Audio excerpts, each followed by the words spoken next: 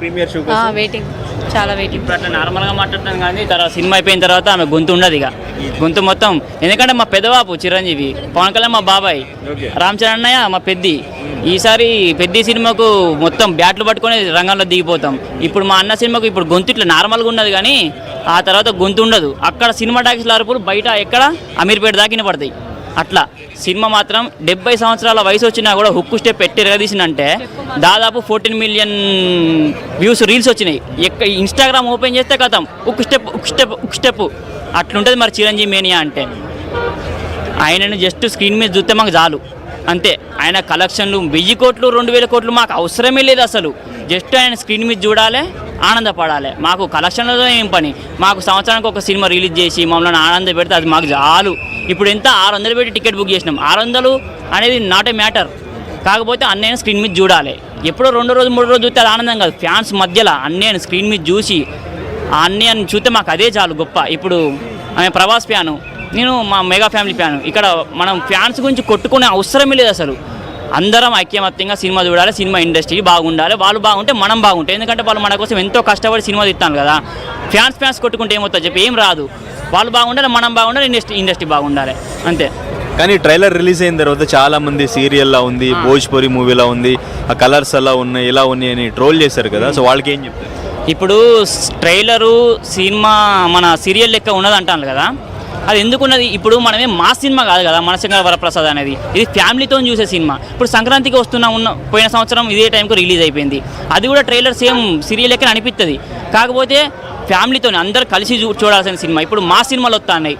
ఆ సినిమాలో ఇట్లా కొన్ని వైలెన్స్ సీన్స్ ఉంటాయి, కొన్ని రొమాంటిక్ సీన్స్ ఉంటాయి. కానీ దీంట్లో అలాంటివి ఏం లేవు కదా. ఫ్యామిలీతో అందరూ సంక్రాంతికి వచ్చి ఫ్యామిలీతో చిన్న పిల్లలైనా పెద్దోళ్ళైనా అందరూ కలిసి చూసే సినిమా.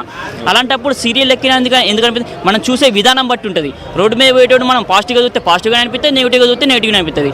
నెగిటివ్ స్ప్రెడ్ చేయడం వల్ల వాళ్ళకి వచ్చే ఉపయోగం ఏం లేదు. వాళ్ళకి ₹1 రాదు, ₹2 రాదు. నష్టపోయేది ఇక్కడ నిర్మాతలు, సినిమా ఇండస్ట్రీ. సినిమా చూడాలి, చూసిన తర్వాత మన ఒపీనియన్ చెప్పాలి. అంతేగాని సినిమా చూడకముందే బాగాలేదు అంతెందుకు. రాయసా సినిమా నెగిటివ్ ట్రోల్ చేసినంత సినిమా బాగానే ఉంది, చూసిన 2సారి కూడా చూసిన. దాంట్లో నచ్చకపోవడానికి ఏముంది? ఆయన కొత్తగా ట్రై చేసిండు. ఎప్పుడు చూసినా ప్రభాస్ మనం మాసు వైలెన్స్ ప్రతిసారి వైలెన్స్ అయితే సినిమాలలో ఏముంటుంది చెప్పు. ఆయన కొత్తగా ట్రై చేసిండు, దాంట్లో సక్సెస్ అయ్యిండు అంతే మాత్రం తప్ప సినిమా అది కూడా బాగుంది. బాగాలేంది ఇప్పుడు 2 రోజుల్లో కలిపి 170 కోట్లు వచ్చినాయా అట్లా. చిరంజీవి గారు లుక్స్ ఎలా ఉన్నాయి? ఫస్ట్ మీసాల పిల్ల సాంగ్ రిలీజ్ అయినప్పుడు ఎట్లా అనిపించింది? చిరంజీవికి ఇప్పుడు 70 సంవత్సరాలు అంటే ఎవ్వరు నమ్మరు. ఆయన ఎట్లున్నాడు అంటే 42, 43 లెక్కున్నాడు. ఆ ఏజ్కు ఆ స్టెప్పులకు సంబంధం ఉందా అసలు? యంగ్ హీరోస్ ఎట్లా చేస్తారు స్టెప్పులు అట్లా చేస్తాడు. ఒక్క స్టెప్ ఒక్కటి చాలు ఆయన స్టామినా ఏంటిదో తెలవడానికి. మళ్ళీ అందులో ఆయన గ్లామర్. ఇప్పుడు మేకప్ వేసుకున్నాడు అయినా కూడా వితౌట్ మేకప్ లెక్క అనిపిస్తాడు. ఆ ఎనర్జెటిక్, ఆ డ్యాన్స్ అయినా, ఆ డైలాగ్ డెలివరీ అయినా, ఆయన పర్ఫార్మెన్స్ అయినా. ఇక చిరంజీవి అంటే మన ఇండస్ట్రీకి పెద్ద దిక్కు ఆయనే. ఇక సంక్రాంతికి ఇంకా ఒక 4 సినిమాలు రిలీజ్ అవుతున్నాయి. అవి కూడా ఫ్యామిలీ ఎంటర్టైన్మెంటే. సో కామెడీ జోనర్స్ అవి కూడా.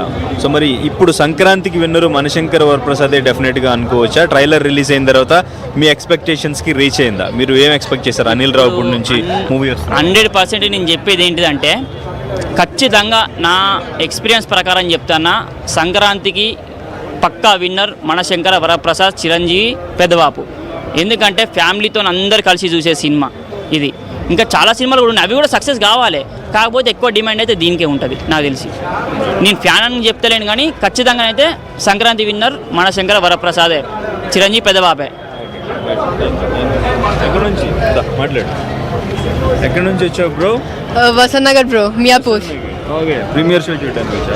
yes bro. ఓకే, చిరంజీవి గారి ఫ్యాన్? అవును బ్రో. ఎందుకు ఇష్టం చిరంజీవి గారు అంటే? అయిన వల్లనే TFI ఇలా ఇంత మంచిగా ఉంది. ఈరోజు ఎన్నో పెద్ద మూవీస్ అయ్యాయి చాలాగా. TFI బానిసను? అవును బ్రో. ఓకే, ఫస్ట్ మూవీ ఏం చూసావు చిరంజీవి గారిది థియేటర్ మూవీ ఏంటి? ఫస్ట్ థియేటర్ చాలా చూసా బ్రో. మనశంకర్ వరప్రసాద్ చూసావా? కన్ఫ్యూజ్ అవుతున్నా. సరిగా ఆలోచించి చెప్పు. థియేటర్లో ఫస్ట్ చూసిన మూవీ ఏంటి? గుర్తు తెచ్చుకో. శంకర్ దాదా, MBBS, జిందాబాద్. అప్పటిది కాదు, ఖైదీ నంబర్ 150.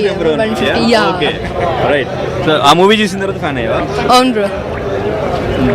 ఓకే రైట్, ఎలా అనిపించింది ట్రైలర్ ఇదంతా? చాలా బాగుంది. Yeah. చెప్పాలి నువ్వు వైరల్ అవ్వాలి చెప్పురా.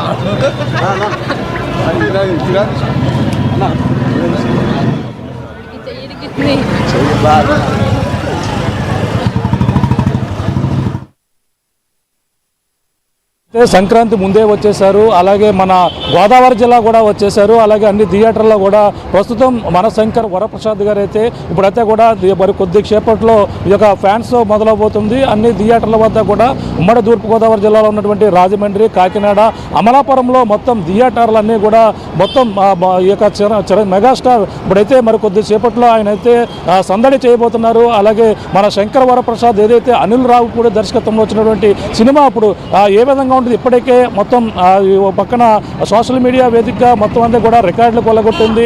ఇప్పటికే పాటలు ఏవైతే ఉన్నాయో చిరంజీవితో పాటు అలాగే ఇప్పుడు నటించినటువంటి ఎవరైతే ఉన్నారో ఆ యొక్క పాటలు ఇప్పటికే ట్రెండ్ అయినటువంటి పరిస్థితులు. ఇప్పుడు మరికొద్ది సేపట్లో థియేటర్ల వద్ద అయితే మొత్తం భారీ ఎత్తున మన శంకర్ వరప్రసాద్ వస్తున్న నేపథ్యంలోనే ఇప్పటికే అభిమానులు ఏ విధంగా చూస్తున్నారు మన శంకర్ వరప్రసాద్ గారు, అలాగే ఒక ఖైదీ, అలాగే ఒక రౌడీ అల్లుడు, అలాగే ప్రధానంగా ఎన్నో సినిమాలు